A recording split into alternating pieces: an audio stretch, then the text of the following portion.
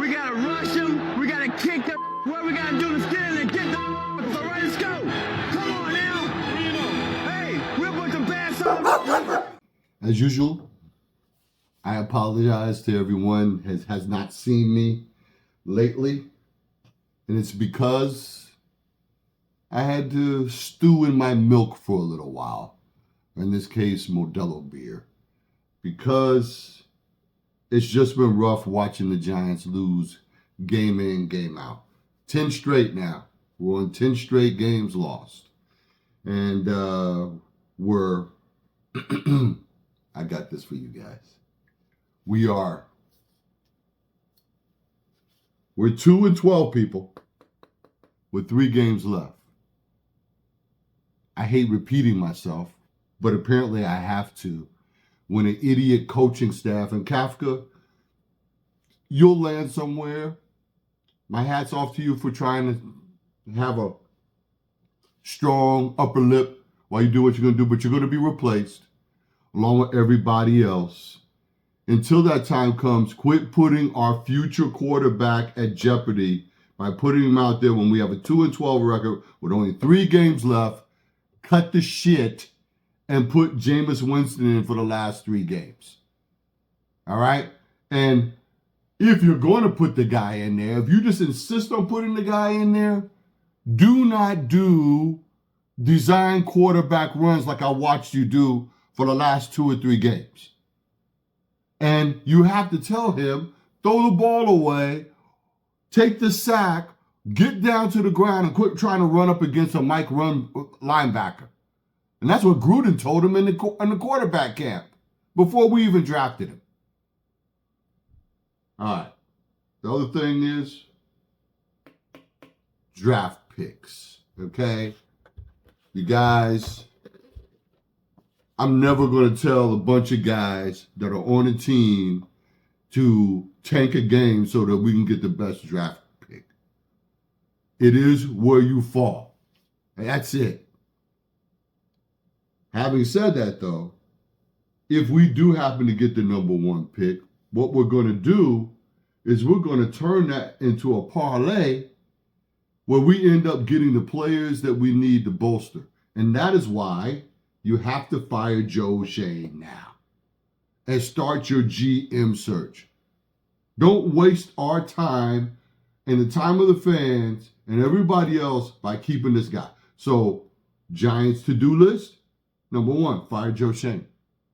And in case you didn't get the message, number 2, fire fucking Joe Schoen. Okay? Now, we hire for head coach John Gruden, or perhaps someone comparable with a pair of balls. Because we thought Daboll's had him, but he did not. And the guy was not the answer. And we've had 4 guys now that was not the answer. McAdoo, Schumer, Joe Judge, and Daboll's.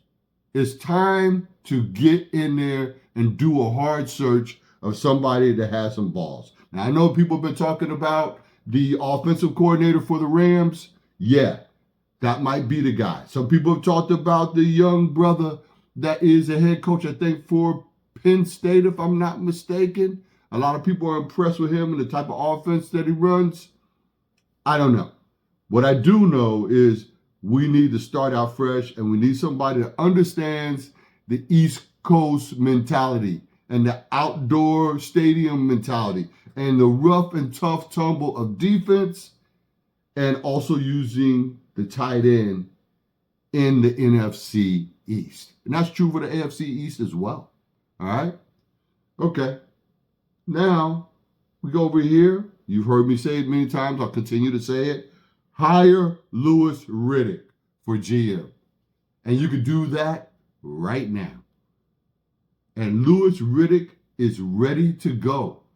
Open your eyes. And you've already had a robust discussion with him going back a few years ago when you decided to hire this bum instead. All right? Now let's talk about some of the stuff that we saw happen over the last couple of days. One is that I want to say salute to the great Phillip Rivers for coming in and at least holding it down. I think things could get a little bit better, but they won't get better in time enough. Indiana has no hope without Indiana Jones there. Sorry to see him get hurt. I would like to have seen what happened if he could have made it to the postseason, what he could have done. But be that as it may, it is what it is. I also have to give a big shout out to Aaron Rodgers for the game that he played the other night. Because this guy is, first of all, he's playing and he's got 3 fractures in his left hand. I noticed he had a wedding band on. And then we looked it up and I was like, oh, this guy got married quietly. And I wish him the very best. And I feel like maybe this energy that we're getting now is a better version of Aaron Rodgers. So I was watching Las Vegas News, and Las Vegas News does a little segment on what Vegas bookies are saying.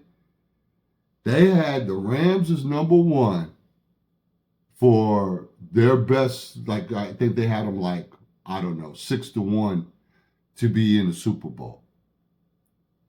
Then Seattle at 7-1. Then they had the Pittsburgh Steelers at 8-1 over the Patriots and these other teams that have a better record. How they came up with that shit, I do not know. I know that they also like to throw a red herring, if you will, in there just so that they can mess around and pull all this money in the wrong direction and you end up betting for the wrong team. But you got to give respect where respect is due. And Watts wasn't even out there. And they basically shut down Miami. Like, they weren't even there. So,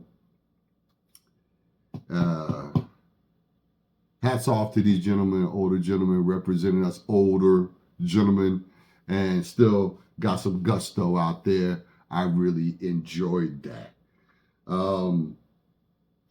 Yeah, getting back to the draft picks and getting back to what the possibilities could be, we have a real opportunity to get ourselves some bangers. We get another guy, and this is where I believe that when you have certain people that perform on a certain level in your past, there's sometimes where you want to try to replicate that. George Pickens, and the way he had played earlier in the season up to that crazy game the other day, was my most reminder I've seen in 4 or 5 years of what Plaxico Burress used to do for us. And if there's a rangy, tough, mean wide receiver that's in the college ranks out there, that's the guy you want opposite of Malik Neighbors. Malik Neighbors is our CeeDee Lamb, so to speak. Right? So, a big and important thing in the draft pick is getting some bangers. The other banger that comes to mind for me is the great Jeremy Shockey. Shock was a psychopath. And part of your recruitment drive is, do you hate the Cowboys? If you hate the Cowboys, I want you on our team. If you're a performer and you hate the Cowboys, let's get that done, okay? All right. Another thing I want to talk about briefly is Shedeur. And I have to be honest with you. If I could snap my fingers and make him go somewhere else, I would put him on the Raiders. I would put him on with the Saints.